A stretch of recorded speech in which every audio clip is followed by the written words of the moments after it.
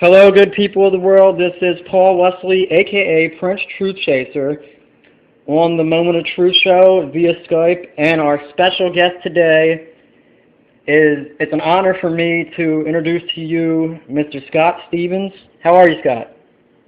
I'm well on this, at least out here in Colorado, this cloudy, wet day, which is kind of a gift in the middle of the summer. Scott, can you tell our viewers a little bit about yourself, who you are, and your background, as far as you being a meteorologist? Yeah. Seriously breaking up here. So I'll give you a little background on me. Is that cool? Yes, that's fine. All right. I've had a position when I was only 12, and that began with the Boy Scout Merit Badge. From there, I was able to befriend a local meteorologist at one of the TV stations that was near where I grew up in eastern Idaho, and he mentored me all the way through junior high and high school, and kind of in me for, since I was 12. So we're talking about 30 years. Right. And in that time, I kind of realized that weather and meteorology was something I wanted to go into. Some of the other topics, or at least fields of business that I wanted to get into, or potential careers, was NASA. I kind of wanted to be an astronaut or a pilot. The Air Force was certainly a consideration. I went so far as to get letters of recommendation from congressmen and so forth. But I had issues with authority, and so I thought, let's just do weather. School was good for that. I went up to Kansas immediately. By the time I was a junior, was able to get employment at a local television station, and 10 months into that job, I was the main guy at the ABC affiliate in Topeka. I worked in Omaha, Nebraska, Tulsa, Oklahoma, Albany, New York, and then back out home into the mountains in eastern Idaho for the last 10 years of my career. So weather has been there for some time, and I'm always looking up. The sky is kind of a good place I like to go, whether it's a day or a night. Night skies, were really good for me, and so I've got telescopes and enjoy looking at the stars and the planets and so forth. Consecrating things at night here in southern Colorado as well. So meteorology has been a big part of my life since I was a kid. Awesome. You were a weatherman for 40 years, I think it was? 20 years. Now, 40. So I didn't start at 6, gratefully. No, you didn't start at 6. But I'll tell you what. It takes a lot of heart and a lot of courage to come out about the chemtrail issue the way you have. Listen, I've went ahead and I've asked a meteorologist to come forward, and he literally almost ran away from me. It was crazy. What a lot of people want to know, Scott, is do you see chemtrails on the Doppler radar? You can see the reflectivity of the materials that comprise the chemtrails on the radar. Now, they like to call that chaff, and in some instances that may be the case. When I was in Idaho, there was an Air Force base, the Mountain Home Air Force Base, southeast of Boise.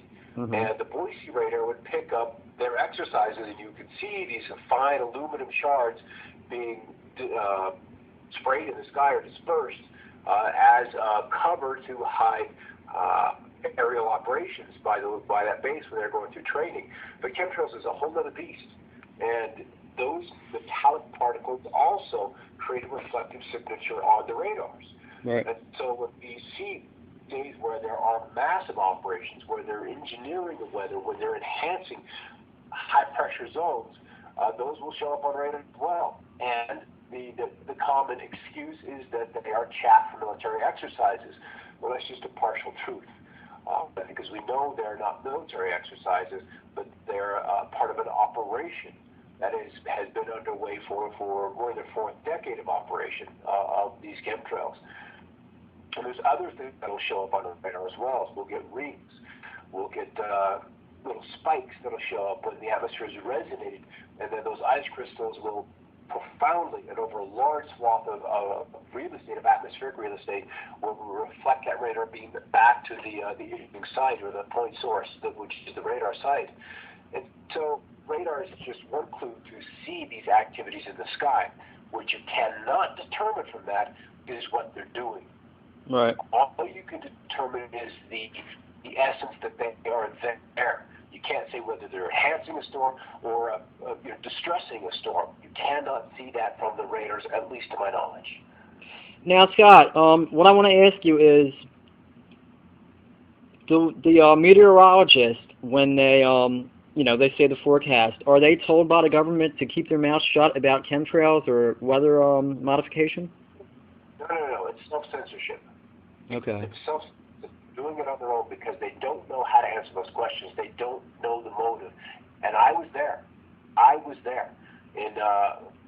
By about 2001, I began to be curious about some shapes and things I was seeing in the sky. The work by Lieutenant Colonel Thomas Bearden came into my awareness, and pictures of scalar weather engineering in the skies became familiar to me. I began to take those pictures from 2001, 2002, 2003. I was utterly convinced that there was something wrong. I was seeing shapes and patterns that cannot form inside a fluid. The atmosphere behaves like a fluid without some resonance being introduced. And so I was on the fence about where the chemtrails played into this electromagnetic or resonance influences being introduced into the atmosphere. And so I deployed time-lapse cameras on my own budget. I bought 4 cameras, 2 computers, and some time-lapse software and put them around the house because I needed a way to get my accuracy in my forecasting back to where I was comfortable with. There's some delta, some change in value that was causing distress in forecasting. And the National Weather Service is dealing with this, and all of the weathermen on the air right now are dealing with accuracy issues, and they don't know why. And so until you understand the mechanism and why they're failing their forecasts, they're not going to talk about it because they can't speak intelligently to the issue. And so until I saw these trails, I saw that there are the clouds happening. If you can take a 12-hour day and compress that down to 2 minutes, right, you get a picture of what's going on. You can begin to see the patterns of the planes in the sky. Time-lapse software was absolutely critical for that to happen. And when you get into the larger markets, and Philadelphia is one of those, Kansas City, Denver, they almost all have sky cams. And they do time-lapse. But their sky cameras, at least with the news that we watch here in Denver, or the Denver market, they're looking at part of the sky and mostly at the ground. If they would simply tilt these cameras up a little higher in the sky, you could see this activity more clearly. And then maybe these weathermen, if they chose to analyze the time-lapse imagery rather than just talk about it on the air, for 8 seconds, they might have, a little more of an intelligent discussion with their viewers. The TV news has been so dumbed down. The weather cartoons.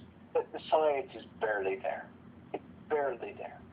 We've got news consultants come along and dumb down the newsrooms. They say, hey, because this worked in Cedar Rapids, it's going to work in Philadelphia. Or because it worked in Tucson, it's going to work in Bangor, Maine. And that's not the case. We have individual television markets that are unique. And it would be nice if these news departments could really nurture and do for their audience rather than this one-size-fits-all. But the weathermen don't talk about it simply because they don't know how to respond to the questions. They don't understand the motives, and they haven't done the research to be able to speak about it intelligently. And that's their own fault. That's their own fault. Now, if any weathermen do know what's going on, do you think it's they're obligated to tell the public, or? No, it's their personal choice. Right. It was my choice to tell the public because I had a deeper understanding and no issue with looking at the conspiracy theories, which are turning out to be conspiracy facts. I have no problem going out of the box. In fact, the box of what is news and what is acceptable to talk about is a very small box. And I just felt like I was too big a person to fit in that little box. And again, as I said earlier on, I have authority issues. And so, don't tell me I can't do something when this information, which would add value to my discussion with my audience, it adds value. Right. And they have choices of which news they want to watch. And our station was number 1 for 9 of the 10 years I was there, and largely because of my weather. And when you add value to the forecast, when you add that personal touch of your personality, your insights, your observations, which they can't get else, that adds value. And that is what is most important, the news director, general manager, the sales department. And this is why, this is the big hurdle I'm surprised we're not getting over. I know there are meteorologists, there are in the National Weather Service, in military, in private practice, and on TV that are aware of these. And I tell you, if I could sit down with 200 of them, we could change this topic. We could do that. Because when you speak of something plainly, sanely, and with intelligence and explain with examples, video examples, then we can change the world when it comes to weather. And what we'll also do then is enable whistleblowers to come out to risk their careers and indeed their lives to share the truth. That is coming. I promise you, that is coming. Hey, Scott, do you think that it's do you really think it's like too late for people? Because they've been spraying since '97. I mean, are they killing us off? Do you think it's too late? I mean, what's the purpose of this? It's never too late. It's never too late. Right. I just had a burning urge to share what I had discovered. Right. Because it changed how I viewed the world. It changed how I forecast the weather. And my general manager was very good with me. When I first, quote unquote, came out of the topic in October 2004, immediately I was requested to do interviews much like this. And that just continued to cascade until Katrina came along, and then I dealt with the BBC, I did CNBC, I did Bob's and CNN, and that my general manager said, just keep it on your own time. Please keep it on your own time. Don't bring it to our air. And so when I was doing my own weather broadcasts, I could talk about increased high cloud cover due to contrail. Ooh, look at this curious geometry inside of this storm. I could leave these little one-sentence hints that there was more that I wasn't sharing, but I was able to point it out, and right. then people could do their own research. Mm-hmm. And that was the extent of what you could do then. And being let go from television, freed me completely, because I didn't have the little call letters KPVI behind my name. It was just Scott Stevens. And I was okay with that. And that freed me to talk about these things unrestricted.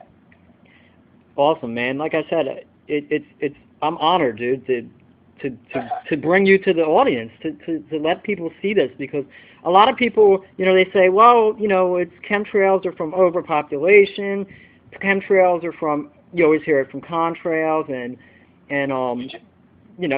everyone keeps coming up with an excuse how the chemtrails are fake. And, a lot of people are afraid to speak out because they're afraid to think outside the box of what's thought to be this reality we live in. And by you being a guest, it shows people, hey, listen, it's okay to speak up, because if enough of us do, regardless of the effects of the chemtrails that have already been bombed on us, there's still hope. Those topics precisely why I did not like the chemtrail movement. Number one, the sites I was going to that discussed them had a very poor understanding of meteorology. Yeah. And when dealing with this in the atmosphere, you're directly impacting weather. And they didn't understand clouds. They didn't understand cloud and storm formation. They were ignorant. And so it was easy for me to say, this is not cool. And then the other part is that it was all about red blood cells. It was about viruses. It was about eugenics. It was about killing people off. And there's much simpler ways to sicken the population. And my understanding of how is working has also changed over the last 10 years. That if you want to sicken a population, citizen of this country is more valuable to the system sick than well. They're not simply authority. They're beholden as a victim of their sickness to the system. And the one thing powers that be have wanted to do is drain the treasury of this nation.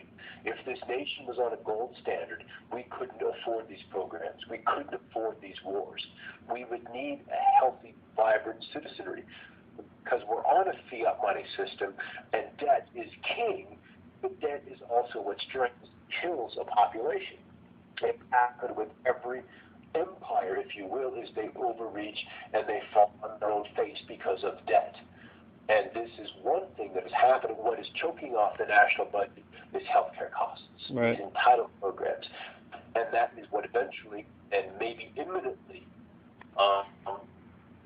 fail this nation is our budget issue and our warring nature. And so if we have a sick citizenry, they're not whole, clear-thinking, vibrant, and able to question authority, which is something we must do. We must always question authority. And one of the reasons why the fall of this book is, in their eyes, encouraged. But I don't think that is, and I know that it's not the primary reason for this program. It has to do with weather. It has to do with atmospheric phenomena. It has to do with the program of surveying the atmosphere. When you lay a trail out across the sky, it acts like a thin wire, a tube, or literally a string. But that string does not remain intact as it moves, 80, 100, 400 miles across the sky. That line deforms. It changes shape. One zone of the trail will behave differently than another part of the zone.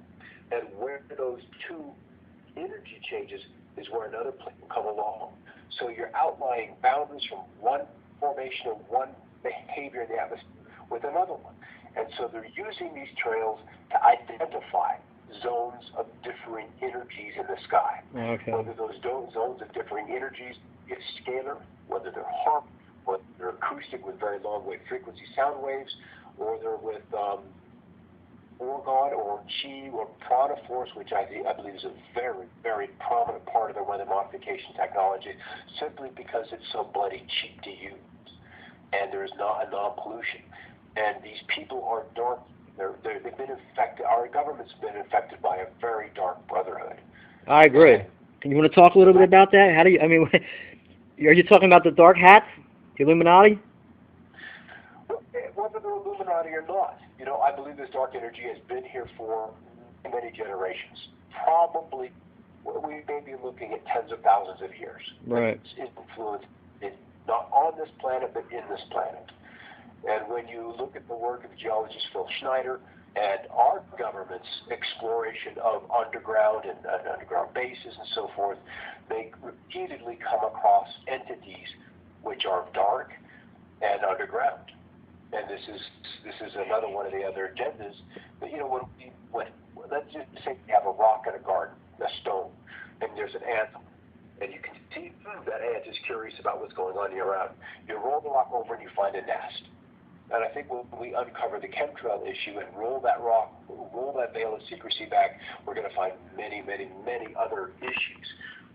We need to find the queens for the nest. And the chemtrails is just going to be one of those markers to go looking for and pinpoint this darker energy. Right. So you think reptilians are real then? Utterly. You think the reptilian agenda is real, and Phil Schneider pretty much hit it on the money? On the money. The man was killed over the issue.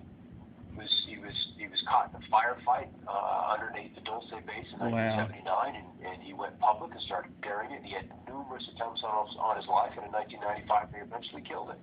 And you hear it here first, people. This is an award-winning meteorologist. I mean, this man is amazing, and he's bringing it all to you. And the thing is that, Scott, love and light is key. I believe that.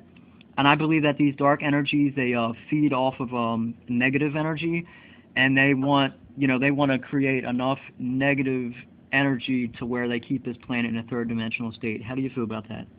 Well, they want to keep feeding off us. And this is why humanity has been stopped at every corner from thriving. Mm-hmm. We can't thrive with this energy, this parasite sucking on us.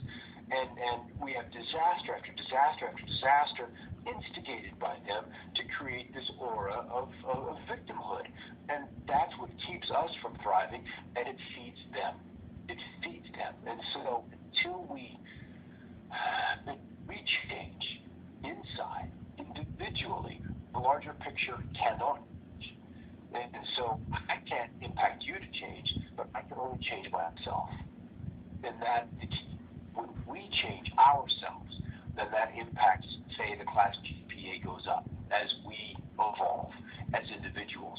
Then everyone as a whole evolves. And our only responsibility is to ourselves. And once we accomplish that, then we essentially, like way that others can come in and behind. So you lead example. You lead by doing it first, rather than standing at the street corner and shouting, "This is wrong, this is wrong, this is wrong." Right. That may bring that bit of awareness to others. But demonstrating the change is the key. I agree. I agree with what you're saying. I mean, it is. I mean, it's another thing I wanted to touch base on is a lot of people say, well, you know, galactic federations are going to come down and help us, and you know, Pleiadians and and planet Nibiru is going to come by and break this energy field. I believe there's an energy field that's on the planet, but that energy field is from when we die. It keeps us reincarnating here in the present planet it's called the veil. It's like a green energy field around the planet, so that way when we die, as our spirits ascend, we hit that and come back down. And, you know, we're recycled, I guess you'd say. But everyone thinks that planet Nibiru is going to come by and we're going to be saved. And I think it all, you know, why think that way? All that would do is slow us down. Why don't we just take our own responsibility, right? You know what I'm saying, Scott? That's the key. That's the key. You know, I don't think something's going to come and save us unless we're willing to save ourselves. Why would they want to take on the karmic responsibility of rescuing a population that doesn't feel that it's worthy of its own salvation or of its own rescue? That until people on their own and with intent and focus and desire and passion want to change these things and begin to act, not talk, but act. Why should these other civilizations and these other races care? Why would they want to rid themselves as being then comically stuck in our mire and our muck and our unwillingness to help ourselves? Yeah, because then they would be karmically connected to us for helping us, right? Yes. I mean, the rabbit hole goes so deep, dude. It's It works two ways. You can look at it as iron shackles or golden chains. right. Either bound to your actions, you're bound to your thoughts, you're bound to your deeds. There is no way out of it. And those entities, which are basically impose their will on this planet, Right.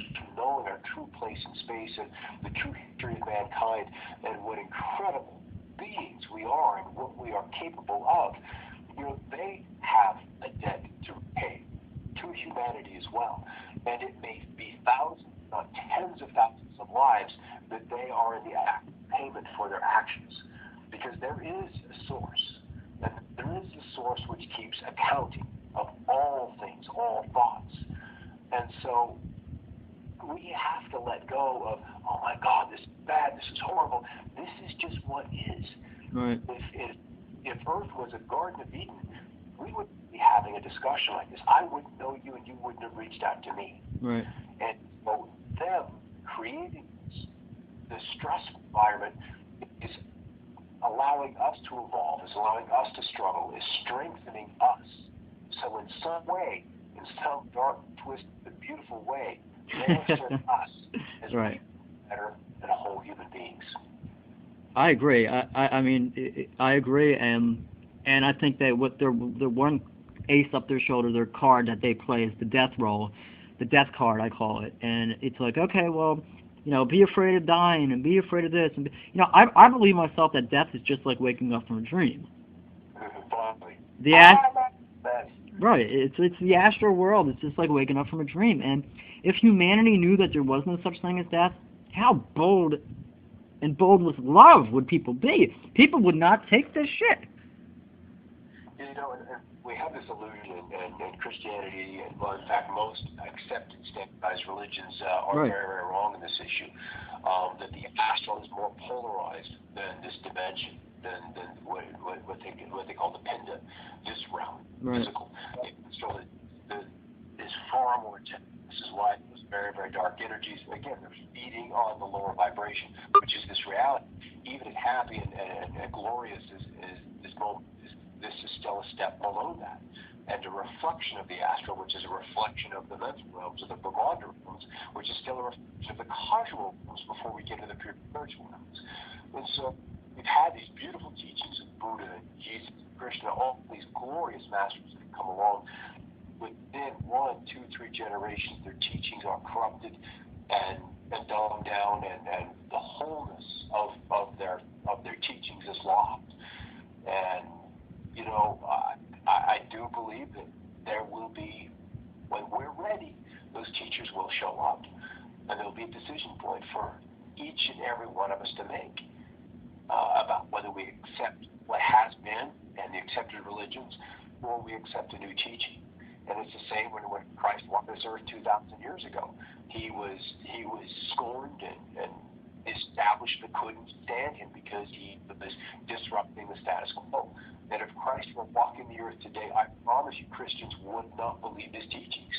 He can come down on a cloud, but once he opened his mouth and did his teachings, they would not fall in line. They would not recognize his teachings. They would be too liberal. They would be too progressive. And that's kind of the irony of it all. Well, wow, man. All I gotta say, this is a great interview, dude. What do you think about UFO invasion? Do you think that's a plan of the elite to try to use on people to try to control the masses? If they had made an agreement, and Eisenhower, I saw his granddaughter, Laura Eisenhower, this past weekend at Consciousness Beyond Chemtrails, Los Angeles, and she gave a great talk. And Eisenhower was aware of all kinds of things and realized that agreements had been made. With the Greys, right, the Zetas. Yeah, all of this game was in the 50s. And, Kennedy came in, one administration too late, to try to admire us from these agreements with these ETs. And we went with this set of ETs because we did not want to give up our military. The military-industrial complex did not want to give up the brand new atomic weapon. And so we've been with them ever since. That has allowed them to harvest our genetics. They're basically building this ark, genetic, all kinds of plants and things, because Earth is going to go through some changes. Earth is going to reach a D-Day. And humanity, according to Project Glass and Project Pegasus, is going to will have people who accept the new coding from the galactic core, and those go underground and hide from this evolution. And that change, eventually, according to this program, their eugenics programs, they end up in a how do I want to say this, an evolutionary dead end. Those who stay above and accept this new energy go on to become these glorious beings. But this is tens of thousands of years down the road. So I think ETs, honestly, nobody's from Earth. Right. Our souls are far too old. Earth geologically is 4.5, 4.6 billion years old, and you and I are older than that. Right. And we've had vast experiences in all kinds of life forms, as all kinds of different beings, and we hold that wealth, knowledge, and experience behind us, and that becomes our personality. And some of us have been through these experiences before, and that allows us the strength to stand up and to talk about this truth. And truth not spoken in love isn't truth. It isn't. It becomes something else. It becomes something corrupted. And so there are ETs, and there will be a day when we have undeniable experiences with them, either in the sky or just manifesting on the ground. It can happen like that. I mean, dimensions are dimensions. Right. There's tools to cross through time and through space, and nothing but a thought. It happens that quickly. And I think they're giving us our space to have our experience, so that maybe if this experience on Earth is so intense, so powerful, that we remember it, that we carry it forever, and that when we graduate from Earth, we can take our experience out into the stars and into other civilizations and share what we have learned here to others that are still evolving. Well, all right, everybody, because time is going low on my camera. I just want to say this is Scott Stevens. Dude, it's awesome. Thank you for the privilege of letting me, being on the show. I appreciate it. Is there anything you want to say? We got 10 seconds, my friend. Check out the movie Why in the World Are They Spraying? This is something that's just now coming out, and there will be a follow-on. Okay, your website is? Weatherwars.info, or find me on Facebook at Weatherwars. Thanks a lot, Scott. Much love and light to you, my friend. Sure, Paul. All right, buddy.